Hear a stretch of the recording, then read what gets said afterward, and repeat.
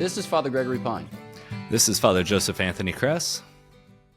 And welcome to Godsplaining. Thanks to all those who support us. If you enjoy the show, please consider making a monthly donation on Patreon. Be sure to like and subscribe to Godsplaining wherever you listen to your podcasts. For this episode of Godsplaining, we are delighted to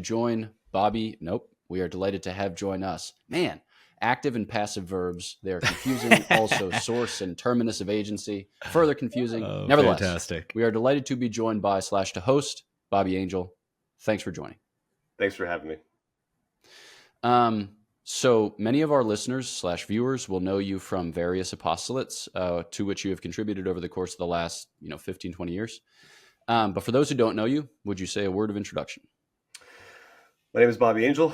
I'm an author, doing ministry ever since I got out of youth ministry, where I had my conversion. I grew up Catholic, but a dynamic youth ministry program hammered it home that God is real and I need to give my life to him, whatever that looks like. And so have just kind of been on the journey of life, running to God, running away from God. I was a firefighter briefly. I worked for the city of Tampa, and then where I was born and raised in Florida. I then was wrestling with the priesthood question, so I was in diocesan formation for about 3 years before I really felt the call to marriage, and re-met the woman who is now my wife, Jackie, who lived in California. So like any rational man, I drove across the country for a woman. Yes. Did an Novita at St. Joseph, ended up at an all-boys school that I loved, all-boys Catholic high school for about 10 years, in campus ministry and teaching theology. And now we live in Texas and are full-time traveling and speaking, doing our YouTube stuff with Ascension Press, and writing books when our 5 children allow us the time and space to do so. How old is your oldest and how old is your youngest? Our oldest is 10 and our youngest is a little over a year and a half. Nice. So little people, little problems. Yeah. Makes sense. Do you like your kids? I do. Parenting. Okay. I love my children. Parenting is exhausting. Like if they could all just be regulated, we would have so much fun. Yeah. No, That's a great distinction. I asked if you like them. Right there. Yeah. That's a great distinction. Like, Yeah. I love it. Parenting, horrible. It's like, okay. I can see chaperoning that. all day. See, okay, hold on. Clarification. I asked if you liked your kids. You answered that you loved your kids, which is Okay. Yeah. So do you like? Are your kids like? Do you like hanging out with them? Like my kids are cool. Yes. Our kids are all have very distinct personalities, and I don't take it easy on them in Mario Kart or Smash Brothers. Good. And they are good. Like they have trained and will talk smack, and they boo me if I win. So yeah, I like them. Okay. They're All your right. children's, what So you're apropos saying. of- Like your blood is running through their veins. Oh yes. That's Yes. right. Oh yeah. Love that. Apropos of video games, you wrote a book about gaming and the heroic life. You also wrote a book about, it seems, discernment, pray, decide, and don't worry. Variation on the St. Padre Pio theme. Nice work there. I see you. But then you've written another book, a book most recently published through Sophia Institute Press. What is this book, and what does it purport to teach? This book, The Postmodern Predicament. Look at that cover. I love this cover. That is a beautiful cover. It's a Good knight design. in shining Good armor, design. utterly confused by our modern art.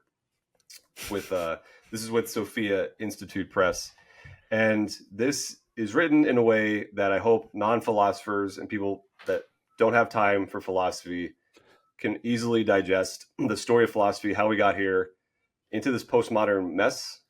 Like, what is it, and what do we do about it? That's what I purport to attempt to do. Okay, so let's start then with kind of postmodern conditions. Sorry, Father Joseph Anthony, I'm a brute man, and I'm just speaking at some clip. It's unclear what. But my first question concerns like postmodernism. People hear the word and they have some vague sense as to what what it suggests or what it constitutes. I've heard one author, Leotard is his last name, though I don't know if he That's boasted an unfortunate. association with the dancing singlet. But he says like postmodernism is the end of meta narratives, in the sense that there's like no big story to be told or no coherent tale that can hold it all together. Where do you kind of start in the book as to a definition of postmodernism, or what is the postmodernism to which you are responding? So on the one hand, you can look at it as one of the big four philosophical time periods in Western civilization. So you had the ancient period of Socrates, Socrates, Plato, Aristotle. The medieval time period, which usually gets skipped over if you're in a secular undergrad education, it just kind of is this pejorative, the Dark Ages, like nothing happened, nothing important happened until 1500, and we got Descartes and the start of modernity and the Enlightenment. And then now we're in this fourth era, the postmodern time period, which is a reaction and a rebellion in a way to a lot of the promises of modernity that have fallen flat. And as you said, and I in the book, I pull from Abigail Favale in her work, The Genesis of Gender, to define postmodernism as a worldview that sees reality in terms of narratives that are created by human beings rather than an order of objective truths that can be discovered.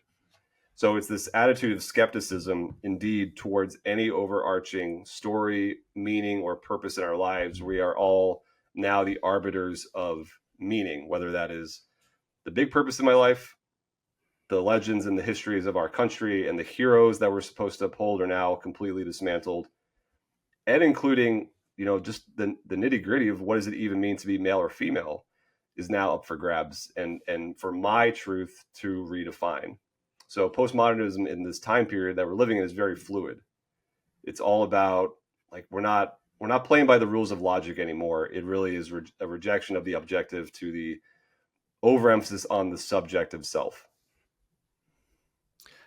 And as you present that, I mean, that seems terrifying to me.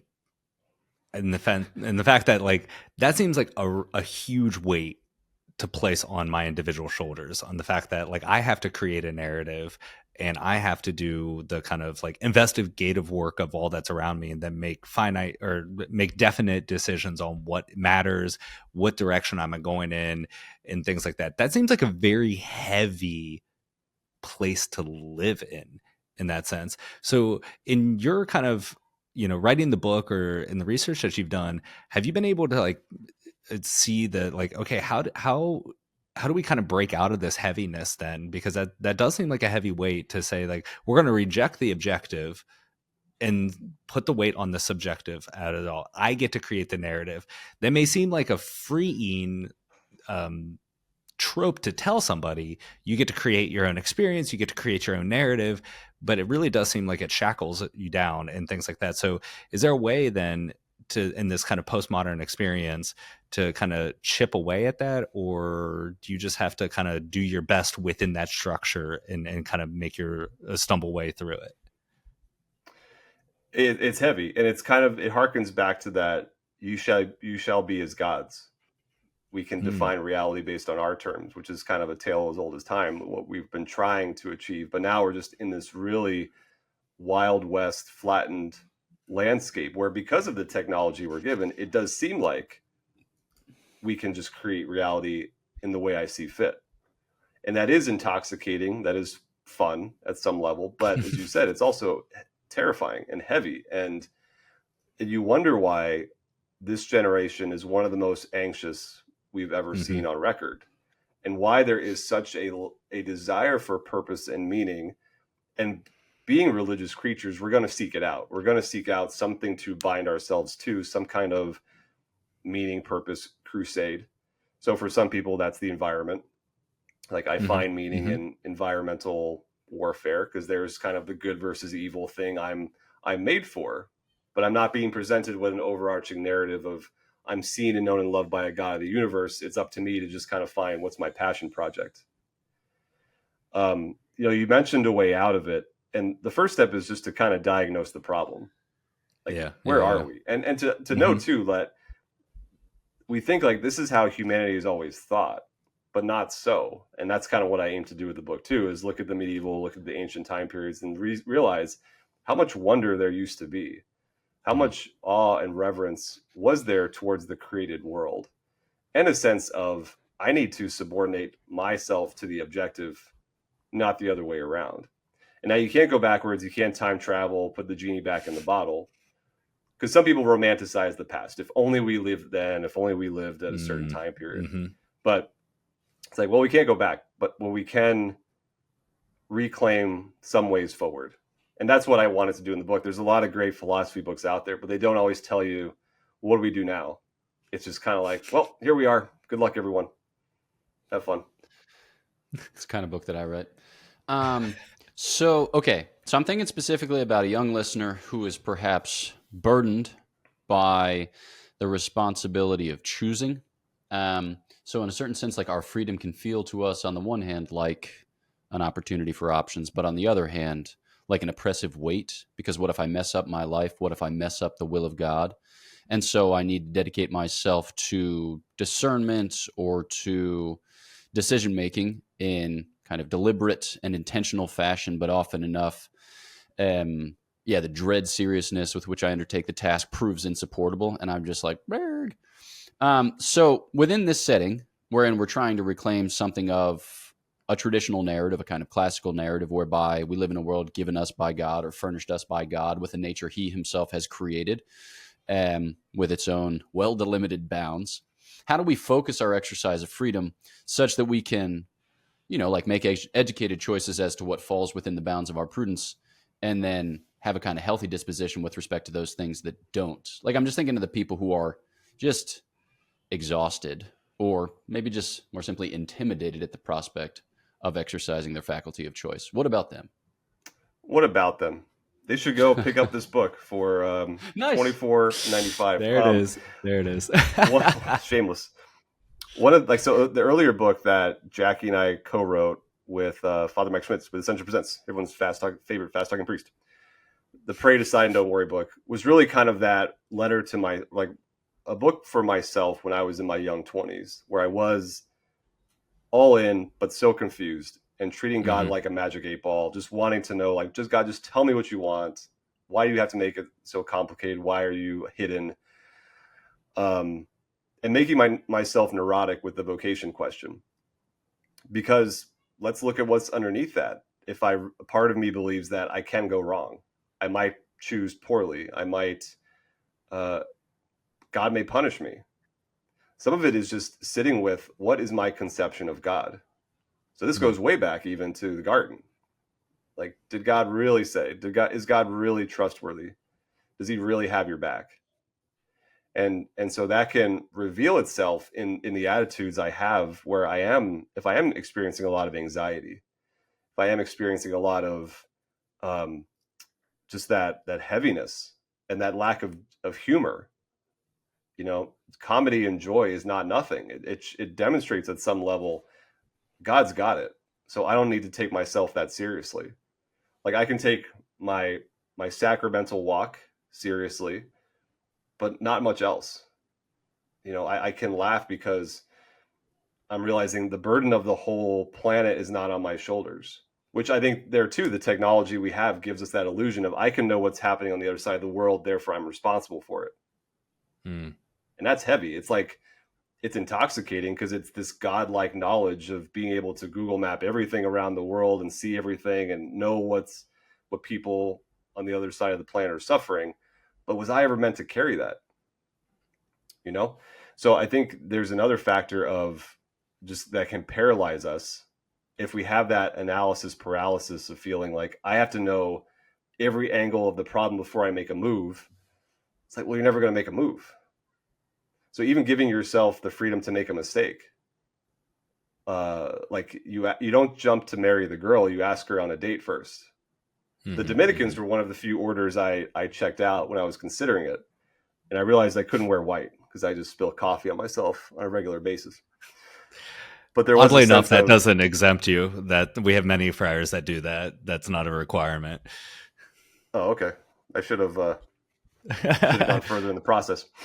But that sense of you go on a come and see, you go check it out, because it's so easy to idealize the thing till you experience it and be like, okay, maybe this really isn't the best fit for me, but maybe I'm meant somewhere else. And I trust that God is going to lead me. A GPS is one of my favorite analogies I've used for myself and for other people in ministry to approach God. Like, God respects your free will. God delights in your free will. I love when my kids are creative, when they're just coloring, when they're just building with Legos. I don't need to micromanage. Just have at it. Like, I'll let you know if you're about to put your hand on the stove or walk into traffic, or, you know, our toddler puts his hands in the toilet. It's like I'll stop you, but otherwise play, create. Yeah. You know, you're safe.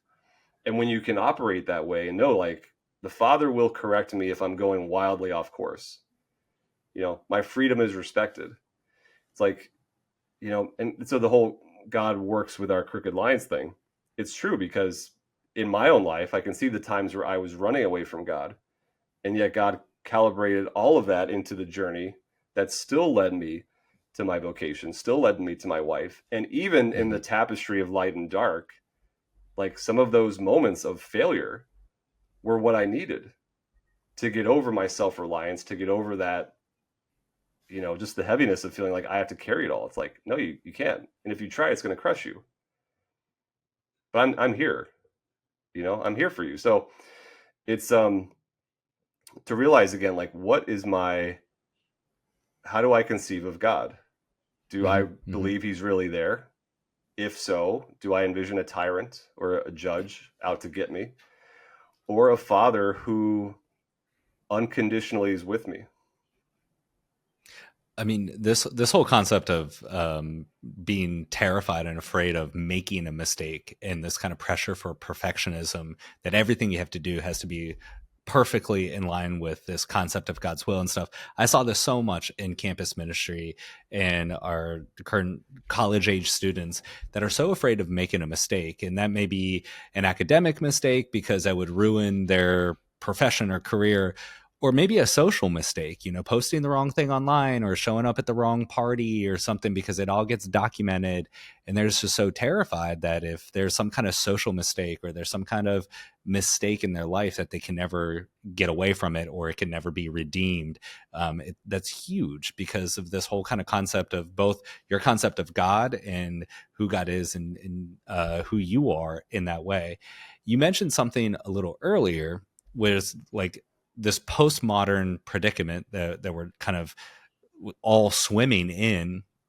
You know, how is it then that you mentioned, like, we kind of then have this natural desire to worship, and we want to have some kind of God in our life, but in this postmodern way, where are you seeing that kind of attachment or a deifying of created things, or the deification of maybe goods but not the ultimate good? Like, how does that get expressed in this kind of postmodern predicament side?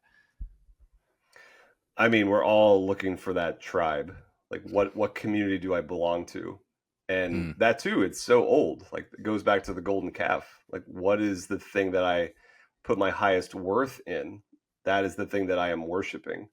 Maybe that's a relationship. I will only be happy when I have a girlfriend, when I have a boyfriend, and putting my security in that. For some people, it's entertainment, it's social media status, it's career, it's you know, just entertainment. So again, I wrote a whole book on gaming. So I love video games, and that book was also a fruit of my journey as a discipleship, and also, like, how do you navigate the video game world? So it was a delight to write, but I also see, like, it's, for some people, there's a pitfall of, this is the thing I worship. Like, this is where I spend the most amount of my time and energy. And so to realize, like, yeah, like, this is what it's so easy to fall into, and to make my identity in, like, these things that make up parts of our life. How easy is it to make it like, this is the most important thing about me? Like, this is my identity. You know, and before we started recording, we were just talking in brief about this concept within postmodernist thought called deconstruction, and how it starts in this kind of approaching a text to deconstruct the meaning of it. Like, Herman Melville, he wrote something, what he thought he meant with Moby Dick's theme, but I say it's something different. It's like, it's no longer about respecting the author's intent. It's I'm the one that gives it meaning. And, you know, we can argue about that there's a dance perhaps between the author and the reader, but at the same time, the author meant something when he was writing the text. But now we've applied that to all these other things of dismantling truth in the things we're approaching, to the point even where, and this was another impetus for writing the book, was seeing, like, some people, like, this has become their identity.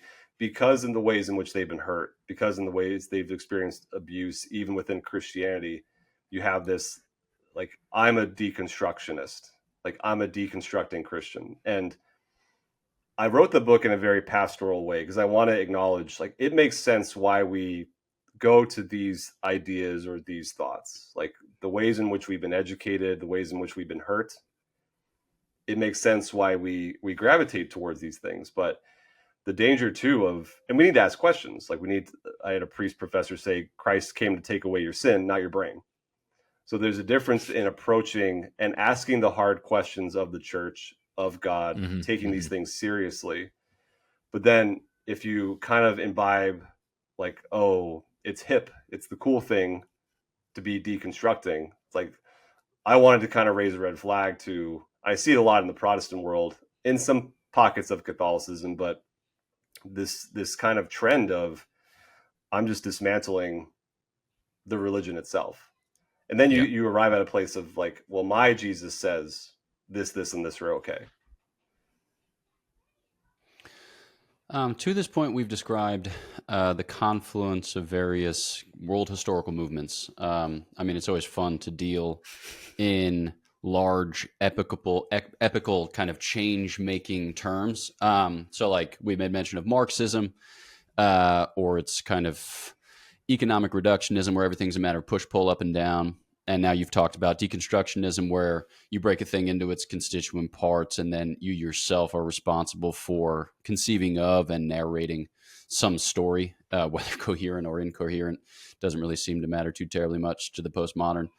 But I also think too, just kind of looking at some of the themes which you introduce in the book, this idea of, like you take on this, what would you call it? Like specter of fragmentation, the sense that like there is no, people are very loath to grant the deeply related or interaction oriented nature of human existence. Like this idea that you get from the ancients and the medievals that we are conjugal and social and political animals, and that we don't just tap into human communities as an expression of need or of like momentary poverty, but we are for communities, and the communities themselves are our higher like realization or our higher good. In fact, more so us than our individual or private good. So I'm thinking like everybody's trying to carve out a space for him or herself. Everybody's trying to be different. Everybody's trying to be cool in one way, shape, or form. And I think we often do that by distinguishing ourselves or differentiating ourselves from. It's like those people over there are saying this, so clearly it's not that, because like, what's up? It's clearly yada, yada, thus and such. Okay, that's totally incoherent. The things that I've said are just blurg all over the place. Nevertheless, like, you don't just want to tell people like, all right, conform.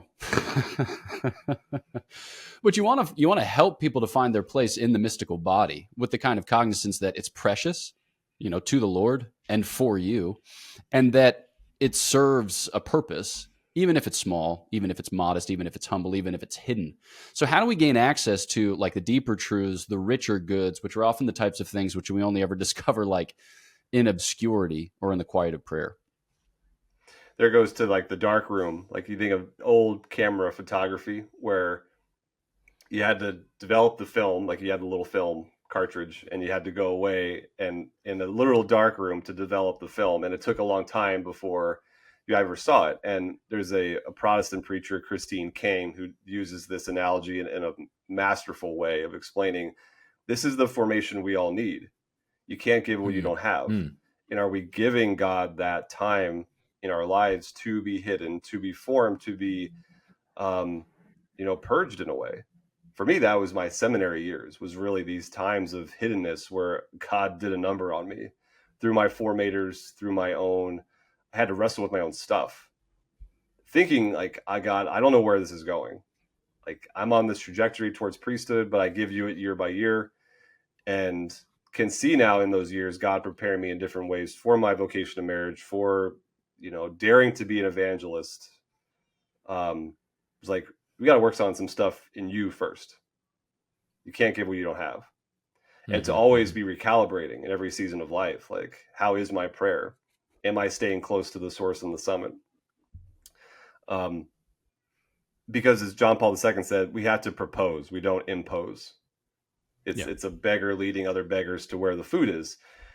Mhm. And when I taught, it was very much that way. It's like, I want you to know and love Jesus. Like, I'm not here to force a conversion. I'm not here to, help my 15-year-old self-professing atheist, have an encounter in the classroom. But I am here to like just propose from a passionate place of why this Jesus is worth hearing out and leading through beauty, leading through the good to get back to the true. Art and architecture is a topic I cover in the book a bit, when I would show my students pieces of art from the Renaissance, from the High Church times, the architecture of medieval Europe, and then you show them architecture of today and art from the last 100 years, the surrealism, the dots, the splashes of paint, the banana duct tape to the wall, the urinal in the French museum.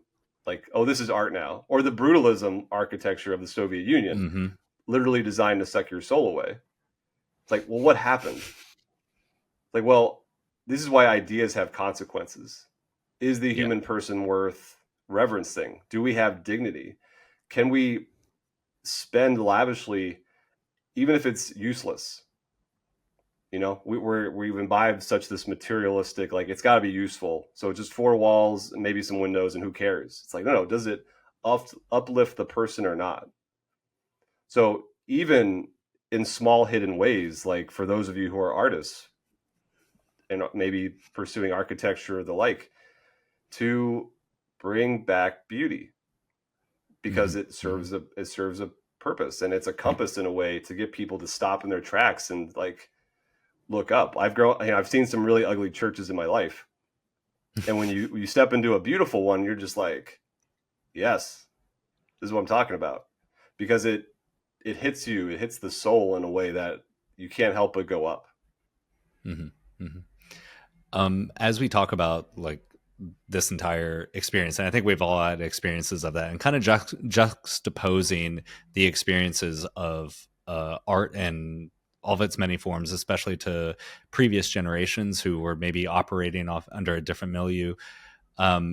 Is there anything good or redeemable in the postmodern experience? Like, oh, this is what we have to live with. Like, this is the water we're swimming in. Do we get out and say, nope, we're no longer swimming in this water, we're pure land creatures, have to reject it all? Or, I mean, is there anything positive about the postmodern experience that we are in right now? I think of like a few things. One negative being that you don't know what you have till it's gone. So I do think there is this, like, it's gone so far, you kind of ache. You see this ache for traditionalism. You see this ache for women like wearing prairie dresses and looking like Little House on the Prairie, and this, like, what happened, like for my parents' generation, they're like, what is going on? Like, why does everyone want Latin? Why are people dressing like it's the 50s again? And it's this like, well, we went so fluid, we went so without direction and meaning, and just like, I grew up kind of in the grunge era of the 90s where, we all dressed baggy like little boys. And then Mad Men came. It was like, oh, I want to dress like a man. Like, so sometimes it has to go to a certain point before we realize, like, oh, actually, we should reclaim some of that. Like, maybe we do need beauty in our churches. Maybe we do need some kind of direction for what masculine and feminine look like. Now, we get in trouble when we go too far, when we create these boxes of, to be a man, you have to do this, be in this profession, to be a woman, you must be this. It's like, there is a beautiful spectrum of the masculine and the feminine, and how that's lived out in every person, in every vocation. So I think one of the things that we can glean, because postmodernity, it's not even its own thing. It's like a reaction to modernity. It's like a reaction to we forcing everything to be under a microscope. And if it can't be scientifically tested, it's just kind of not important. It's like, well, that is a really impoverished way of living life. If we can't appreciate music and friendship and the spiritual life, all these things that you cannot necessarily empirically test. So I do think there is an ache and a hunger in modern man and woman that is a good, that it's like, that can be a helpful starting point in the Augustine kind of ways, like this world that is so empirical or testable, it doesn't satisfy. You've got all these gadgets, and yet we're bored out of our minds. What's going on? Maybe we're made for another world. Even like the focus on narrative, like I don't think that's necessarily a bad thing.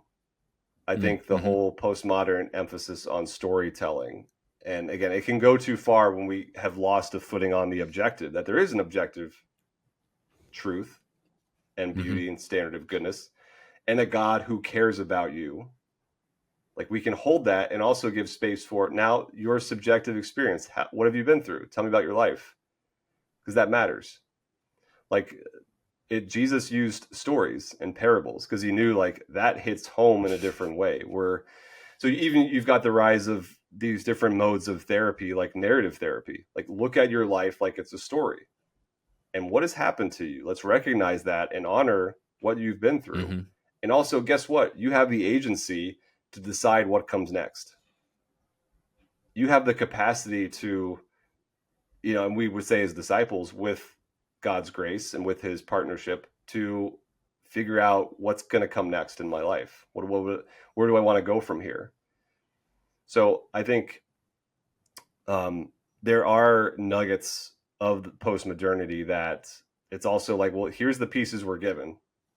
Like I said earlier, we can't go back.